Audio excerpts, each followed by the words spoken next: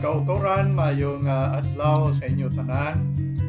Nagakalipay kita po sa Ginoo siningation sa aton nga pagmalandong sang pulong sang Ginoo nga makita sa John chapter 1. Kagbasahon nakon ang verse 5 pagkadto sa 9. Kag ang pulong sang Dios naghambal sa subong sini, ang kapawa nagasiga sa kadudolman, kag ang kadudolman wala makadaog sa kapawa. Ang Dios nagpadala sa iya manugbalita, ang tao nga ginhingalanan kay Juan.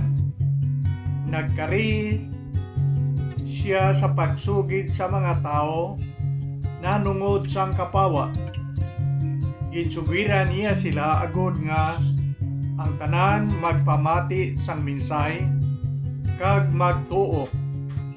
Siya mismo hindi amo ang kapawa, kundi nagkari siya sa pagsugid nanungod sang kapawa. Ang pulong amo ang matuod nga kapawa nga nagkari sa kalibutan kag nagaiwag sa tanan nga mga tao. Kabay nga ang Diyos magapakamayo sini nga mga pulong kag ang sentro sang aton nga pagpamalandong sini na nga tion amo ang pulong nga kapawa. Sa bala na kasulatan, si Jesus Christ may madamo nga mga ngalan kag mga titles nga ginatawag sa iya. Kag ang popular nga ngalan sang aton manuluwas nga pirmi naton ginamit lang amo ang ngalan nga Emmanuel, Jesus, kag ang isa nga ngalan nga tawag nga Christ. Inaamo ang pirmi naton mabatian nga ginatawag nga mga ngalan sa aton nga manuluwas. Pero si Miller sa iyang pagtuon, kag ginsulat niya sa iyang libro, may mga ngalan kag titles si Jesus Christ gali nga sobra kadamo. Kag sa iyang libro, iya ginpakita nga may mga ngalan si Kristo nga mga 209. 200 kag siyam. 209 ka mga ngalan kag titles ni Jesus Christ. Kag tungod kay sobra sini kadamo, aton lang isintro sa isa ka ngalan nga diri nasulat sa John chapter 1. May duha ka ngalan diri nga ginmitlang. Si Kristo ginatawag nga pulong. Isa na siya mga titles. Kag ginatawag man siya di sa John chapter 1 nga kapawa. Amo to ang ginbasa naton. So diri kita sa title o kon ngalan ni Kristo nga ginasiling kapawa. Si Kristo amo ang kapawa kag si John naghambal diri kag siguro sulito nakon ang isa lang ka bersikulo kag nagsiling diri si John sa verse 5. Ang kapawa nagasiga sa kadudolman, kag ang kadudolman wala makadaog sang kapawa. Ang iya sini ginasiling nga kapawa amo si Ginoong Hesukristo, kag nagsiling si John nga ini nga kapawa nagapadayon sa pagsiga. Ang pulong niya di nagasiga, okay? Nagapadayon sa pagsiga. Kung sa aton pahalin sa una, subong kag sa palaaboton, wala siya nagaungtat siga. Kag ang kadudolman, siling ni John, wala makadaog, wala makaperde sa iya. Okay, tanaw nato ining pulong kapawa kag kadudolman. Ang kapawa nagahambal nanungod sang kamatuoran o kon katarungan o kon maayo nga binuhatan sang mga tao kapawa. Ano ni ang kadudolman? Amo ni ang mga kalautan nga ginahimo sang mga tao sa kalibutan. So contrast, no? Opposite. Ang siya maayo, ang isaya malain. Ang kapawa amo ang katarungan o kung maayo nga mga binuhatan sang mga tao, Diyos nun nga mga binuhatan, samtang ang kadudolman amo ang kalautan.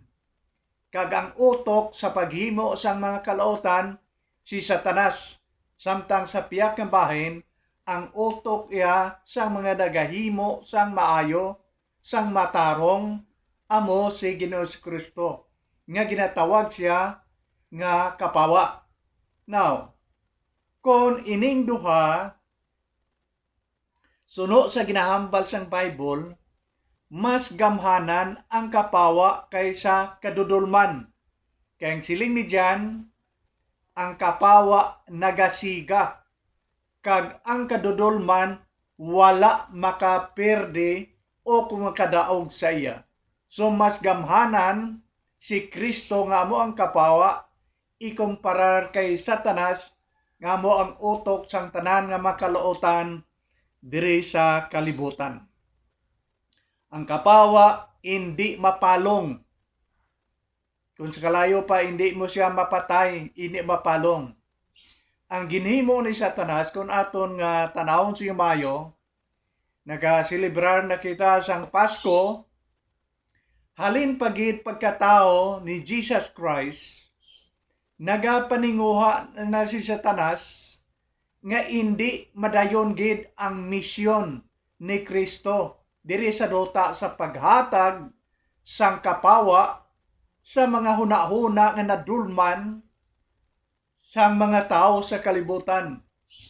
Nagdulom ang aton mga panghuna-huna nga daw hindi kita makaintindi sang maayo kag malain, kagagod nga hindi mabuksan ang aton hunahuna nga pirmi lang kita sa kadulom, si Satanas nagapaninguha nga ang misyon ni Kristo sa pagtudlo na nungod sa kapawa hindi madayon. Pagkatao ni Kristo dito sa Bethlehem, wala siya lugar dito diin siya matao. So diin siya nagkadto sa balay sang sapat, mga karnero, perti kahigko, mabaho dito. Di abi ni Satanas siya hindi ka survive to si Kristo kung matao. Gusto niya nga mapatay dayon si Kristo, kag tanan nga paagi ginahimo niya. Kag siyang nabunag na si Kristo dito sa pasungan sa Bethlehem, si Satanas wala nagauntat. Kung nabasa ninyo ang Matthew chapter 2, pagkabalo ni King Herod nga nataw ang hari sa mga Hudiyo, panawag sang wise men program, mga Magi nga nagkadto dito agud nagsimba. Gintawag naton sila nga tatlo ka maalam, 3 kings, wise men, Magi, pulo parehas na sila. Kag namangkot sila kay King Herod kun diin nataw ang hari sang mga Hudiyo. Pagkabalo sa tuya ni King Herod, siling niya, pangitaan nyo to, kag kung makita ka mo ninyo, agi ka mo di, balik ka mo di sa akon, kay masimba man ako. Pero ang tuyo niya iyalain, hindi ka masimba. Pero ang anghel naghambal sa Magi sa 3 kings on wise men. Nga hindi na kamo taw magbalik kay Herod. Puli na lang kamo sa lain nga dalan. Pagkabalo ni King Herod, nga daw medyo naintuan siya sa 3 wise men, nagmando siya nga pamatyon ang mga lalaki nga kabataan. Ang tuyo niya agod mapatay man si Jesus Christ. Ina, ginhimo ni Satanas paagi kay Herod agod nga tani hindi madayon ang misyon ni Kristo diri sa dota sa paghatag sing kapawa sa mga tao nga nagakabuhi sang kadudolman dira sa sala. Pero ang Diyos iya nagpadala man sang anghel liwat kay Joseph kag kay Mary nga magkadto sa Egypt kay nagplano si King Herod nga pamatyon ang kabataan. So wala na intrato si Kristo, dako nga paghilibion sang mga tao, katawan dito sa Judea tungod sang dako nga hitabo sang pagpamatay sang mga kabataan. Amunang tagipusoon nga may madulom nga wala dira sa Dios. Wala sing tao nga normal, nga wala na impluensya ni Satanas nga makahimo sina sa pagpamatay sang kabataan nga wala sing mga kasalanan. So madulom ang mga ginahimo ni Satanas kay ginapahimo niya ina sa iyang mga katawhan nga nadulman ang hunahuna kag ang balatyagon. Kag si Satanas agod pagid nga hindi mahimo ni Kristo iyang misyon, wala pagid siya naguntat. Plano pagid ang mga leaders sang mga Israelinon nga mga sakop ni Satanas nga patyon kag ilansang si Kristo dito sa cross. Kag wala nila balaan nga ang Ginoo nga gamanan sarang man makabuhi bisan pa patyon si Kristo. Si Kristo sang wala pa siya malansang, ginatudlo na niya nga daan sa mga katawhan nga mabanhaw gid siya, mabuhi gid siya sa ikatatlong adlaw.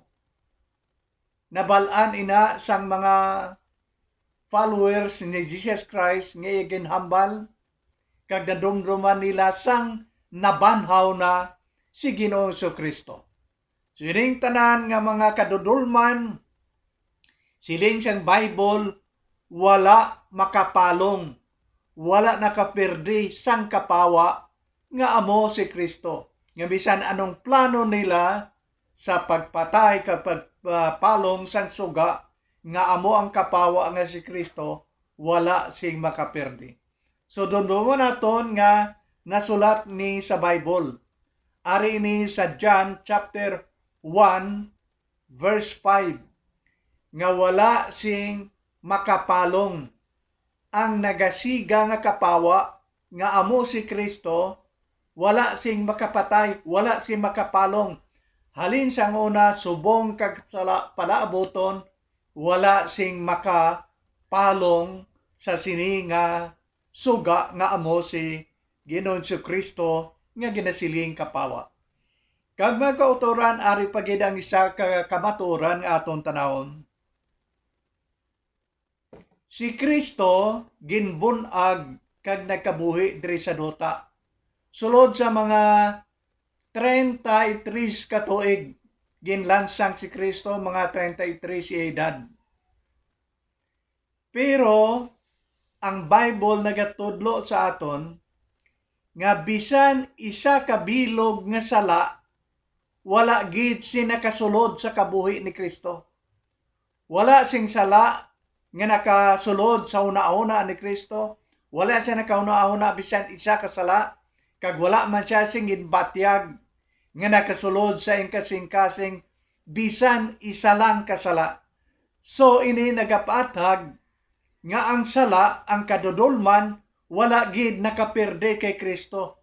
Kung may isa lang kasala nga nakasulod sa kabuhi ni Kristo, ti naperde siya ti napalong ang kapawa. Pero ang Bible wala nagatudlo nga may sala nga nakasulod sa kabuhi ni Kristo. Okay lang, si Kristo nagkabuhi mga 33 ka tuig diri sa duta nga puno sang kadudulman, okay lang na nga nagakabuhi siya di. Pero hindi iya okay kung ang sala nakasulod siya ang kabuhi. Okay lang magkabuhi siya sa sinindota nga damo sala, damo kadudulman. Pero hindi okay para kay Kristo nga ang sala makasulod siya ang kabuhi. Taga naton ini sa jutay nga illustration. Ang baruto ng gabiyahe sa dagat, kung bangka man, pagpanawag naton sina, ang bangka design sa paglutaw sa tubig. Hindi na yung bangka para sa karsada nga parehas ang jeep. Para na siya sa tubig. Okay lang kung maglutaw siya sa tubig. Pero kung ang tubig na, ang dagat na, abo ang masulod sa bangka o kung sa baruto, hindi na iya pwede. Kay malunod na siya. Abo nang ginsilin nakon nga okay lang kung magkabuhi din si Kristo sa dota. Kag nagkabuhi siya 33 ka tuig. Pero kung ang sala na iya, ang sulod sa iya, hindi na pwede. Kay man ang Bible nagasiling nga ang kapawa nagasiga kag ang kadudolman wala makadaog sa iya. Wala ginsing sala nga nakasulod sa una-una kag kasing-kasing ni Jesus Christ. Pero may problema ta dre nga tanahon kay si Kristo mismo ginhambal niya gid halin kay John pagkadto kay Jesus Christ sa nagapanudlo na si Kristo. Kabalo kaon ang ginatudlo niya, pulo parehas ang ginatudlo ni John, siling niya ni Kristo, ako amo ang kapawa sang kalibutan. Ang nagatuo o kung nagasunod sa akon, hindi na magalakat sa dalan sang kadudulman. Ginatudlo na ni Kristo, parehas man sing natudlo ni John, nga si Kristo kapawa, kag si Kristo nagasiling man, ako amo ang kapawa. May problema nga aton tanawon, kay ang John, amo gyapon nga libro, pero ang chapter, ara na sa 3, chapter 3, verses 18 down to 21, nagasiling. Ang kapawa nagkari sa kalibutan. Pero ang katawhan naghigugma sang kadudolman labaw sa kapawa. Okay? Ang kadudolman kalautan. Pagkari ni Kristo, subo nga kapawa, ang ila iya ginihigugma sa mga tao nga mga katawhan ni Satanas nga ilang leader nga nasunod nila amo si Satanas, hindi gusto sa kapawa. Ang gusto nila kalautan o kon kadudulman.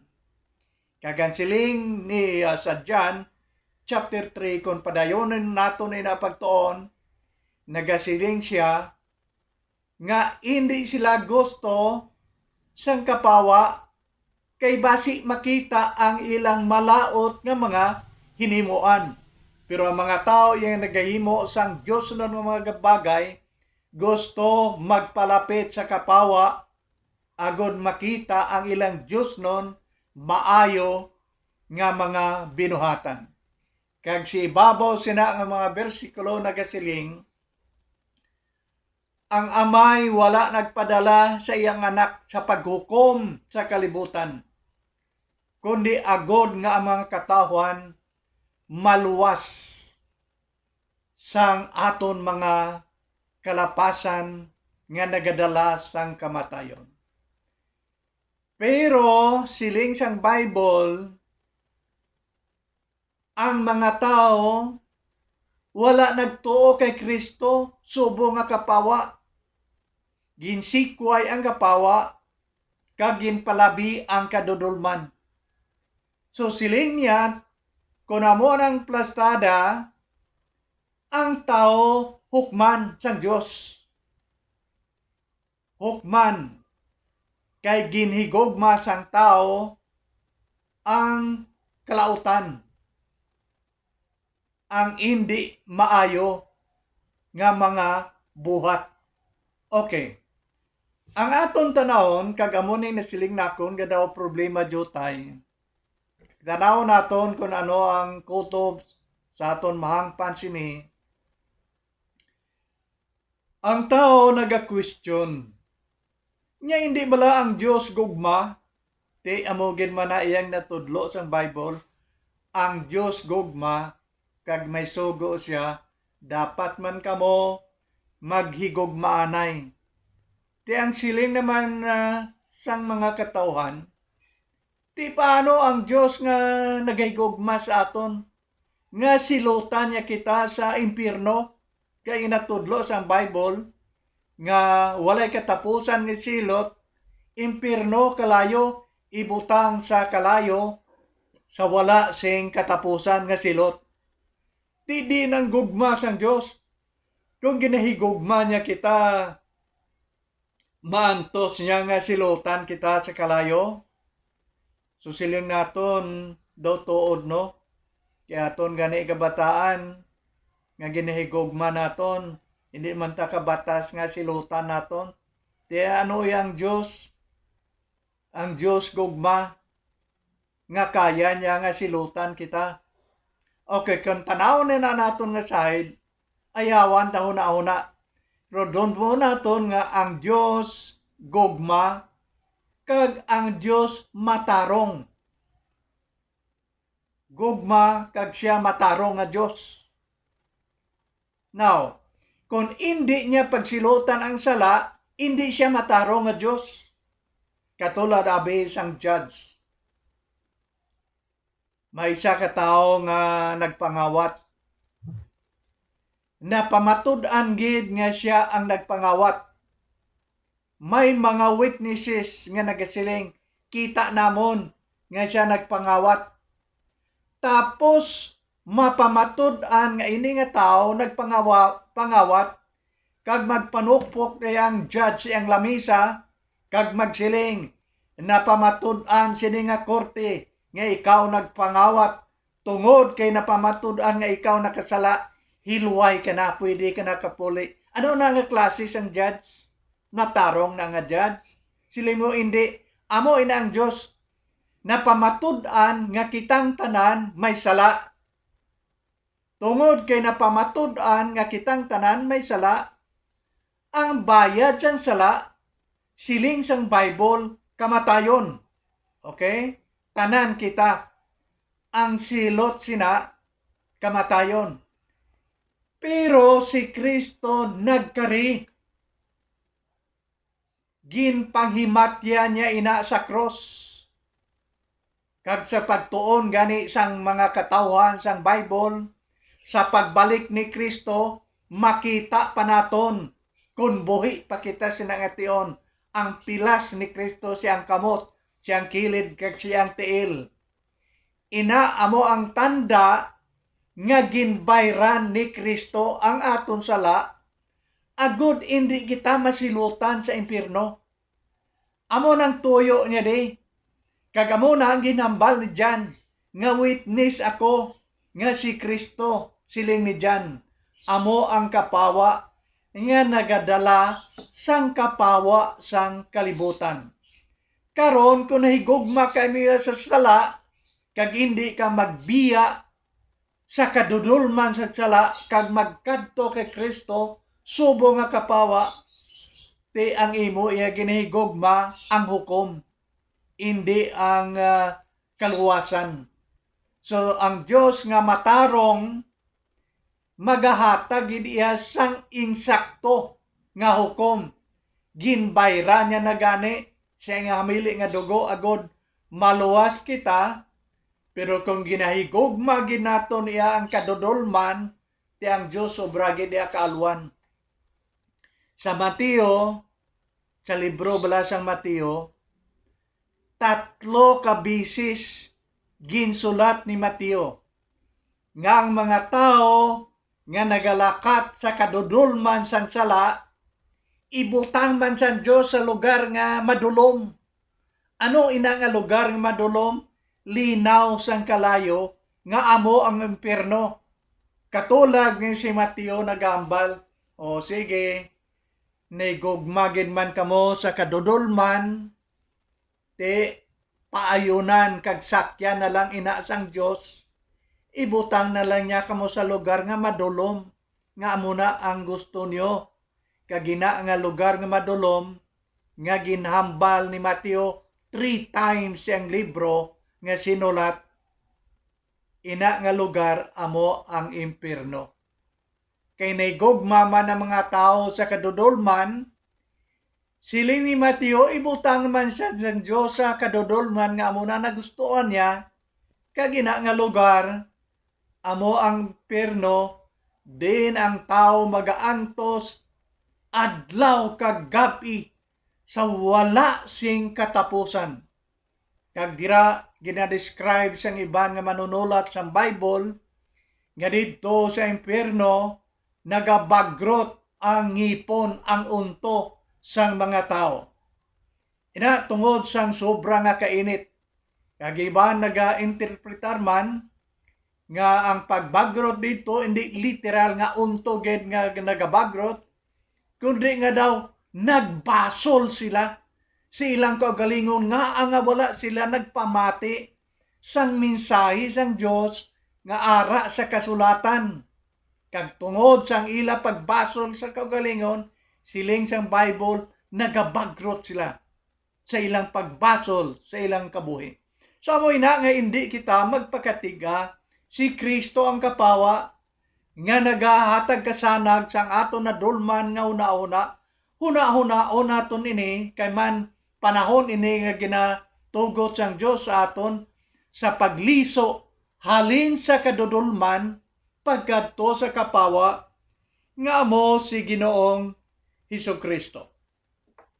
Kon ang isa ka tawo ara na kay Kristo, nagtuon na siya kag nagbaton, kag si Kristo among nagapungko sa trono sa iyang tagipusoon, ginatawag man siya sang Bible nga kapawa. Ang totoo, genuine nga Kristohanon kapawa man, kay man ara na si Kristo sa iyang kabuhi. Kag ang ginatudlo naman sang Bible sa aton, sa mga matutuod nga Kristohanon, genuine nga Kristohanon, nagasiling ang Bible, kamo amo ang kapawa sang kalibutan. Hindi ninyo pagtagoa ang inyong kapawa sa idalom sang lata. Kaya tinutuyo iya sang suga ginatungtong sa lamisa o kung sa taas nga lugar, hindi nga tagoon mo agud magdulom.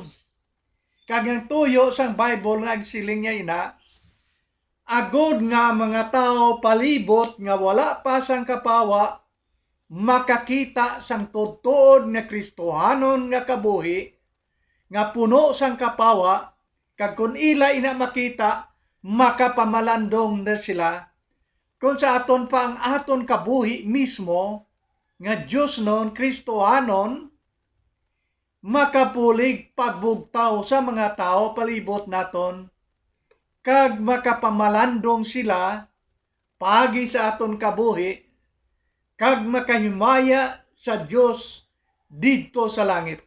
Makapanawag sila sa Ginoo, kaya aton kabuhi, mensahe na para sa ila. Mga utod, kung ikaw ara sa inyong balay, kag imo na ginbuksan na imong kabuhi, ginbaton mo si Kristo, ikaw ang suga sa sulod sa inyong panimalay. Agon makita sang tanan nga membro sa inyong panimalay nga ikaw isa ka tao nga Kristohanon. Kung ikaw nag-istar sa isa ka barangay, ikaw ang nagasiga nga suga dira. Kung ara ka sa banwa, isa ka banwa, ikaw ang suga nga nagasiga dira sa inyong banwa.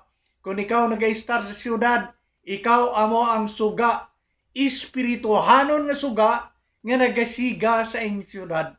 Kang mga tao makakita sa matutuod nga kabuhi sa Kristohanon, kag ang imong kabuhi mensahe na sa ila, kag tungod sila man makapamalandong, kag makapanawag sa Dios, agod nga makaangkon kitang tanan sa gina-offer sang Dios nga kaluwasan. Siya mo ang kapawa, kag gini nga kapawa pwede naton maangkon, pagkaangkon naton kay Kristo, mangin kapawa man kita sang kalibutan. May mga bagay nga aton kabuhi daw medyo madulom. Ari na ang kapawa nga si Kristo sa aton, pero kita ya daw ay man gasiga. Hindi makita ang matutod nga Kristohanon nga pagkabuhi. Ang makita kung kaysa sa aton daw ang kadudulman man gyapon nga daw wala man gyapon Kristo. Ang kabangdanan sina amo ni siya. Ang tao nga daw hindi gid kaayo makita ang genuine nga pagkakristohanon tungod sang mga sala nga ginhigugma niya nga wala niya pa mahinulsuli singugot kag ginbiyaan ina nga sala amo na ang nakapadulom sang aton Kristohano na kabuhi nga tani nangin kapawa na kita. Hatag ako sang isa ka example o illustration sini agud makabulig sa aton. Kung kita nagagamit sang fluorescent sa aton balay o kung bombilya man nga suga nga amo nagahatag sa aton sing kasanag kun gabi. Pero kung ang bombilya o kung fluorescent mabuta na sang yab-o kag sobra na kahigko, ina nga bombilya o kung fluorescent hindi makahatag sa husto nga kasanag sa panimalay sa isa ka balay. Kay man buta yab-ok, siguro daw nagabaga na lang nga kalayo, hindi na magsanag sing gusto. So kung amo na ang imong suga, anong himuon mo? Kung itrapuhan mo todo ang makuhang yab-ok, agod nga magsiga siya, ang gusto na ko ipahangop, paagi sini nga illustration amo ni. Kung ang aton kabuhi, bisa nakabato na kita kay Kristo, pero may gina-entertain pa kita ang mga sala nga aton hinigugma, nga wala naton matalikdan sing lubos, ang aton kabuhi hindi masanag. Buta gyapon sang yabok kon fluorescent pa. So anong himuon? Ina nga sala dapat hinulsulan naton sa Dios. Trapuhan tinluan ni Kristo sa iyang hamili nga dugo kag magasanag na kita makahatag na sing matarong nga kasanag nga pagkabuhi sa mga tawhan nga palibot naton. So tanaw naton sing maayo, luwas sina ang Bible nagatudlo pagid nga may ara kita nga kapawa. Ang mga Kristohanon may kapawa. Ang kapawa ang ginatudlo man di luwas si Kristo amo ang pulong sang Dios. Nagasiling ang salmista nya ang imo nga pulong amo ang suga sa akon dalanon agud hindi ako masandad. Kung tanaw nimo ang Salmo 119 105 verse 105, ginahambal niya na nga ang pulong sang Dios amo ang suga nga nagahatag sa aton sang kasanag. Si Kristo ang kapawa, ang yang pulong nagabulig sa aton sa pagtuytoy agod nga hindi kita maglakat sa kadudulman kundi sa kapawa. So mayara na kita nga nagabulig sa aton nga amo mismo ang pulong sang Dios kag nagatudlo pagid siya sa aton nga ini nga pulong sang Ginoo hindi lang isulod ta sa bulsa ta, hindi na siya makabulig kay daw ginahimo na naton nga anting-anting kun kaisa no, bakal kita gamay nga Bible isulod naton sa aton bulsa. Kag nagauna-una kita nga hindi na kita maano kay ara na dang pulong sa Dios sa bulsa ta, hindi ta maaksidente, hindi ta mag kadto sa mga makadto aton kabuhi sa kalainan kay may Bible na da, hindi. Ang siling iya sang Dios hindi nga isulod sa bulsa, ang siling niya ginatipigan ko, siling sang ni salmista, ginatipigan ko ang imong pulong sa akon kasing-kasing. Sa sulod gali sang kasing-kasing, hindi sa sulod sang bulsa. Isulod mo ang pulong sang Dios sa imong kasing-kasing. Ginatipigan ko ang imong pulong sa akon tagipusoon, agod nga indi ako makasala batok sa imo. Siling sang salmista.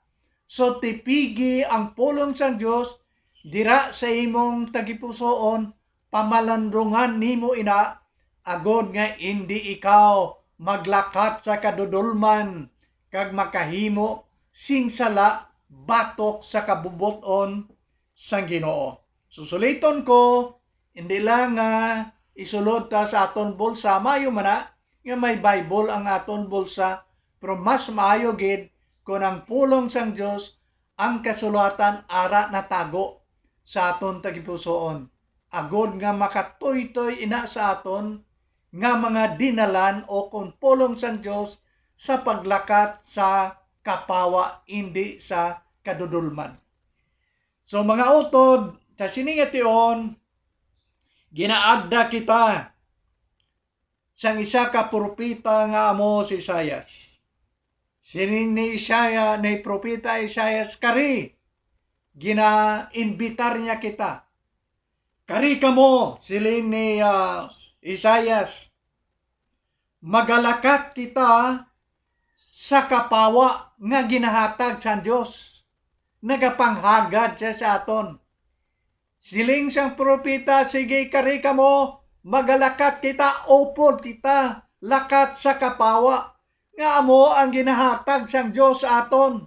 Hindi ta magsage lakat sa kadudulman, sa mga kalautan. Kari kamo, guwa kamo, dira sa kuiba nga inyong ginapanaguan nga madulom. Diri kita magaupod, lakat sa dalan nga matarong, nga amo ang kapawa, kag ini nga dalan, amo si Ginoong Kristo, ang bugtong anak sa Dios, ang matarong nga dalan, nga dapat naton sundon, kag subayon. Kag hindi lamang amo sina, kundi si San Pablo nagasiling, okay, mga utod, magakabuhi kita sa kapawa. Amo naman na iya ginahambal sa aton. Kung sa aton pa katulad nga ginapakita sang mga manunulat sa Bible nga si Kristo nagatan-ay sa iyang kamot. Kari kamo, guwa kamo sa kadudulman nga nagahatag sang kalaglagan sa inyong mga kabuhi. Ginatan-ay ni Kristo yang mga kamot taling sa una, handa siya sa pagpaton sa aton kung kita magtalikod sa sala sa kadudulman kag magbalik dira sa iya. Siya nagapaabot halin sang una, tubtob subong, ginatan-ay niya ang maluluyon nga kamot, may gugmaon nga kamot, handa siya sa pagkuha sa aton sa kadudulman, ina kung gusto ta. Kay man ang Diyos wala iya nagapamirsa, inatagan niya kita sang kahilwayan sa pagpili between sang malain kag maayo, sa tunga sa kadudulman kag kapawa. Pero kung gusto gid naton niya nga maglunang sa kadudulman sang sala, hindi na nato niya mabasol ang Diyos sina, kaya ginatan-ay niya niya ang iyang invitasyon sa aton. Sa bagay, ginpadala na sang amay ang anak, ginhalad na yan ni Kristo yung kabuhi sa krus para sa aton. Inang tanan ginhimo sang Diyos, agod nga makuha kita sa kadudulman, kaya hindi kita mapiligro sa kalaglagan sang aton mga. Okay. Magtuo kita kag batono naton si Ginoong Jesucristo. Katapusan nga isa ka illustration nga gamiton naton amoy. Ang aton kabuhi katulad gyapon sang bumbilya, fluorescent, pareha sang aton ginapagay. Ang aton nga fluorescent o kung bumbilya nga nagsiga, may wire, may ara na alambre. Dira nagalatay ang power para maghatag sang magsanag ang suga. Pero kung ang wire utod, bisan ga andar patong planta o kung generator, kung utod ang wire nga nagasulod sa aton balay, hindi na siya magsiga. Masiga lang na siya kung sugpunon mo ang wire, bisan ano nga andar to sang planta sa layo o kung generator, hindi na siya magsiga tub-tub nga masugpon ina siya. Ang ginpadala sang amay diri sa dota nga engineer agod magsugpon sa nagbugto nga kurente nga wire amo si Kristo. Ang nakautod katulad sang wire sa suga amo ang sala. Kung ina nga sala hindi makuha, hindi gid iya mag-andar ang aton kabuhi. Dapat masugpon gina siya. So kinahanglan naton si Kristo nga manugsugpon sina. O kon sa kurente pa, kinahanglan ang elektrisyan magsugpon sina agod magsigaliwat. Kag ang makasugpong lamang sina amo si Jesus Christ. Wala na sing iban. Amo ina nga ginasulit-sulit sang mga manubwali nga ginahambal sang Bible nga kinahanglan mo gid si Kristo. Kay hindi naton kaya ang aton kabuhi nga magsika kag makaangkon sang kaluwasan luwas kay Kristo. Suliwat, kinahanglan naton si Kristo. Tuhan kag batunon naton siya sulod sa aton mga kasing-kasing. Kag magsiling kita sa Ginoo, Ginoo, nakita nako ng kamatuoran. Sugod subong, isurrender nako ng akon kabuhi dira sa imo. Kag mag-alagad ako tutob sa akon masarangan. Mga utod, madamong salamat. Kabay nga ang Diyos magpakamayo sa aton.